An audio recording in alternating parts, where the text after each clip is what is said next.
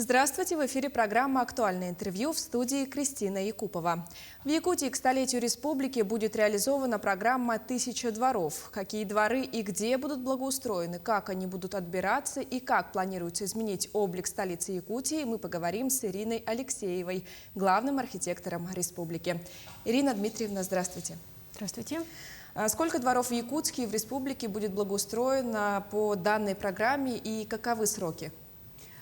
Действительно, в этом году стартовала масштабная программа. Проект называется «1000 дворов на Дальнем Востоке». Благодаря этой программе в республике Саха-Якутия будет благоустроено не менее 121 дворовой территории на общую сумму 846 миллионов рублей. А по каким критериям пройдет отбор муниципальных образований для включения в программу? Буквально в пятницу, 19 ноября, состоялось заседание межведомственной комиссии, где мы определили критерии и приняли условия участия муниципальных образований в этой программе. Во-первых, к сожалению, не смогут в этой программе принять муниципалитеты, которые не имеют круглогодичной транспортной связи. То есть арктические улусы в силу кратких сроков пока в этом году в программе не принимают участие. Кроме этого, программа распространяется на все населенные пункты с численностью населения более чем 1000 человек. А как население будет принимать в обсуждениях участие? Отбор проектов пройдет в 2 этапа. С 22 ноября по 5 декабря жители населенных пунктов могут подать заявку на портале OneClick и через прямое обращение в администрации своих муниципальных образований. Уже с 6 декабря до 12 декабря администрации на местах должны будут сформировать пакет документов и представить в адрес нашего управления для того, чтобы участвовать в конкурсном отборе. Значит, в течение 2 недель люди могут, подав заявки на портал OneClick Якутия, там же голосовать и активно участвовать именно в этой программе в части выбора территорий, которые они хотели бы видеть благоустроенными. Это и дворовые территории, это и так называемые мини-парки. То есть сегодня требования по благоустройству дворовых территорий немножко меняется. Нужно уже отходить от обустройства примитивных детских площадок или недостаточно функционально разнообразных дворовых территорий, а переходить к так называемым мини-паркам, когда, наверное, не в каждом дворе, допустим, на квартал может появиться такой мини-парк, в котором будет уже полное функциональное разнообразие для всех категорий граждан. Это и маленькие дети, и подростки, и взрослые люди, и в том числе пожилые люди, и в том числе еще и инклюзивная группа населения, маломобильная группа населения, для которых будут обустроены специальные инклюзивные площадки. Расскажите более подробно, что предполагает благоустройство. Здесь, наверное, надо делить, что такое дворовые территории и что такое мини-парки. Потому что дворовые территории – это территории, которые прилегают к многоквартирным жилым домам. Особенно в городе Якутске мы сегодня страдаем от нехватки парковочных мест, в сельских поселениях, наоборот, люди страдают от отсутствия твердого покрытия. Поэтому, конечно же, особое внимание будет сегодня обращено на эти минимальные требования. То есть обязательно должно быть твердое покрытие, либо асфальтированные проезды с обустройством необходимого количества парковок, мест для размещения мусорных контейнеров. Но кроме этого, конечно же, мы во дворах хотели бы видеть обустроенные площадки детские, спортивные. И здесь, как я уже сказала, в дворовых территориях не всегда это удается сделать в полной мере. Поэтому сегодня программа направлена на то, чтобы от дворовых территорий постепенно переходить к мини-паркам. А уже мини-парки – это расширенный состав дворовой территории, в которой любой житель может получить тот необходимый функционал, который можно использовать ежедневно. То есть дворовые территории, на которых мы ежедневно проводим время с детьми, или бабушки отдыхают, или, значит, молодые мамочки могут с детьми какое-то время на свежем воздухе проводить. Или, например, активная часть населения, те же подростки, наша молодежь, они, конечно, и в том числе и взрослые люди, хотели бы заниматься, может быть, какими-то спортивными упражнениями прямо у себя во дворе, рядом с жилыми домами. Поэтому мини-парки, они как раз будут давать такое, уже более содержательное наполнение дворовых территорий. А какие-то новые решения помимо асфальтирования будут? Да, действительно, сегодня нужно обращать внимание на необходимое освещение, на обустройство, например, навесов, очень популярное у нас, потому что если вы проводите время с детьми в солнечную погоду или наоборот, когда атмосферные осадки, конечно же, навесы необходимы. Плюс, конечно же, самые, наверное, необходимые вещи – это лавочки и урны, лавочки со спинками, лавочки без спинок. То есть здесь минимальный набор требований, который необходим для дворовых территорий, он на сегодня представлен в типовых решениях. Буквально сегодня на нашем сайте, во всех наших профессиональных сообществах, группах будут направлены типовые решения, которые подготовлены Центром компетенций по вопросам городской среды. В них как раз очень подробно развернуты схемы, какого типа дворы могут быть. Например, тип первый минимал – это когда может быть обустроена только небольшая площадка для малышей. Тип, например, медиум, когда может быть уже сосредоточена площадка для маленьких детей до 3 лет, от 3 до 12 лет.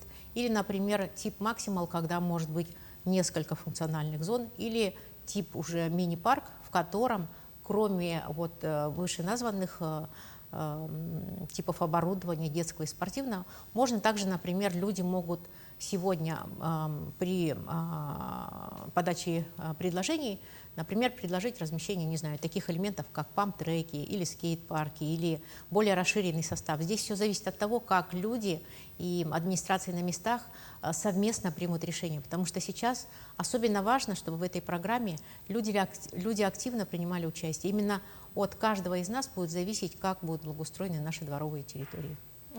А вот говоря о мини-парках, насколько это затратно?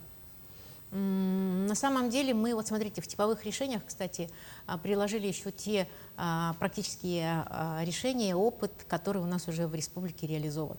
Например, самый крупный, пример мини-парка мы обустроили в городе Нерюнгри. Это территория СОШ номер 2, где сметная стоимость составила 20 миллионов. Но это большой парк с лесным массивом. То есть можно предположить, что если это в жилой застройке, а именно такие критерии отбора у нас, кстати, в положении тоже озвучены, что территории нужно отбирать именно в жилой застройке. То есть это не должны быть территории, например, многие хотели бы обустроить места проведения СЭХов на местах или какие-то парки в отдалении от жилой застройки, именно внутри жилой застройки. И здесь, конечно, нужно понимать, что сегодня хочется нацелиться на более качественное оборудование. Так вот, например, в городе Нерюнгри стоимость оборудования в этом проекте у нас составила 5 миллионов 400 тысяч рублей. То есть примерно на такие суммы при обустройстве уже максимально содержательного мини-парка можно ориентироваться. Вообще в целом в среднем на дворовые территории у нас сейчас по расчетам выходит 7 миллионов.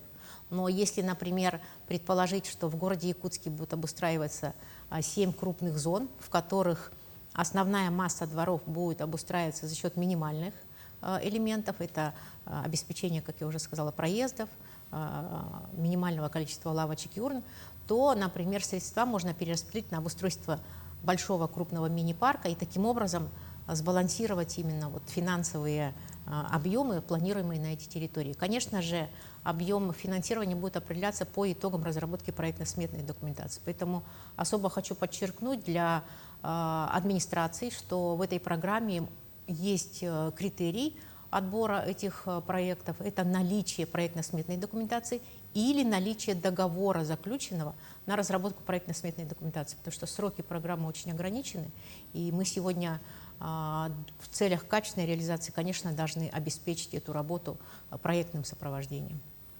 А адреса дворов будут озвучены после обсуждения или когда? Да, адреса дворов как раз должны сегодня предлагать жители. Именно в этом заключается участие жителей. Только непосредственно сами жители населенных пунктов могут сказать, где они хотели бы увидеть обустройство дворов или мини-парков. И более того, именно жители должны сказать, какой тип дворовой территории они хотели бы увидеть вот на той или иной территории. То есть это же зависит от ситуации. Если, например, люди хотят обустроить дворовую территорию возле жилого дома, и там места очень мало, скорее всего, они будут акцент делать как раз на обустройстве парковок. Да?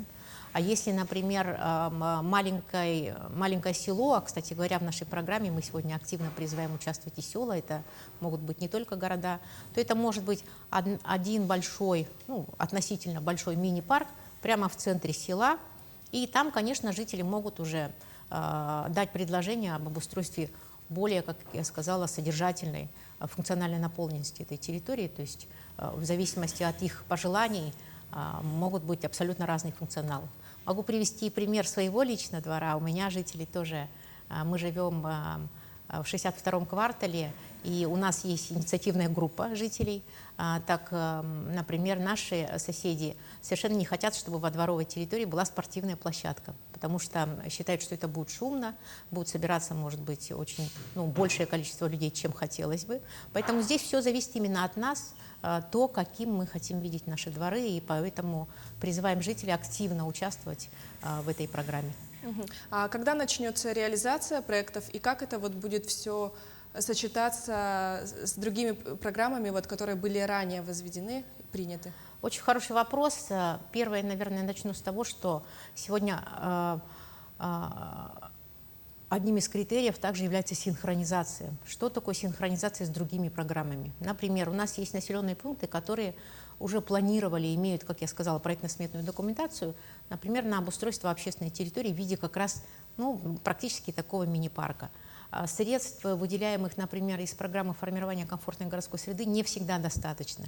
И здесь как раз люди могут инициировать. Например, в селе Майя мы точно знаем, что уже и администрация настроена, и жители готовы поддержать, например, до обустройства площади Комсомольской, по-моему. Это так условно названа площадь, да, на самом деле это как раз общественное пространство прямо в центре села Майя, и там как раз не хватает средств, например, на хорошее, качественное детское и спортивное оборудование. То есть если жители поддержат этот проект, инициируют, то можно синхронизировать. Или, например, очень важной программой, которую сегодня глава республики Айсен Сергеевич подчеркнул, что синхронизация нам поможет сделать более качественные вещи, это программа поддержки местных инициатив. Там, например, для городов можно получить до 3 миллионов рублей всего, да, а для сельских поселений всего 1,5 миллиона. То есть если, например, сельское поселение, люди инициируют проект, который будут планировать, например, из средств поддержки местных инициатив обустройство основания, может быть, покрытие площадки, и податься параллельно на программу «1000 дворов», то это может быть, конечно, гораздо более содержательная площадка. Поэтому по срокам, смотрите, мы сейчас 22 ноября сегодня стартуем с отбором по программе «1000 дворов», а далее подключается программа поддержки местных инициатив. То есть прямо сейчас можно синхронизироваться, отбирая проекты в тех или иных населенных пунктах. Сроки реализации очень короткие. Значит, мы, смотрите, до 10 декабря мы включили, 12 декабря, да, полностью весь перечень адресов и список дворовых территорий должен быть уже определен. После этого коллеги начинают приступать к проектированию этих дворовых территорий, то есть к разработке, к подготовке проектной документации, определению сметных стоимостей. И уже 1 марта мы должны начать закупочные процедуры для того, чтобы определить подрядчиков. Значит, сроки всегда очень затяжные в этой части, поэтому 1 мая – это последний срок, когда уже все муниципальные образования, прошедшие конкурсный отбор, должны иметь заключенные договора с подрядными организациями. Окончание строительства и ввод в эксплуатацию дворов по срокам, значит, это уже не позднее 1 ноября. То есть очень сжатые сроки. Понятно, что в наших климатических условиях очень жаль, что пока не могут участвовать арктические улусы, но мы очень надеемся, что программа будет продлена. И как раз сейчас администрации должны понимать запросы жителей, какие дворы, какие территории люди хотят видеть благоустроенными, начинать готовить проекты. И вообще мы сейчас их как раз призываем и ориентируем на то, что нужно всегда работать наперед. Не ждать, что завтра придет программа. Сегодня действительно программ поддержки благоустройства, создания комфортной городской среды, современной среды наших городов и сел, они очень хорошо финансируются из разных программных источников. Да? Даже сейчас мы уже назвали программу формирования комфортной городской среды, программа поддержки местных инициатив, программа «1000 дворов» на Дальнем Востоке, а есть еще программа комплексного развития сельских территорий или движение «Добрые дела». И можно представить, какое количество денег в совокупности мы имеем именно на благоустройство наших городов и сел. И поэтому надо готовить проекты, надо быть инициативными. Всегда как раз очень много от жителей зависит, как мы будем двигать, в какой динамике. Ирина Дмитриевна, спасибо за интересную беседу. Я напомню, о реализации программы «1000 дворов» мы поговорили с Ириной Алексеевой, главным архитектором республики. Оставайтесь на нашем телеканале.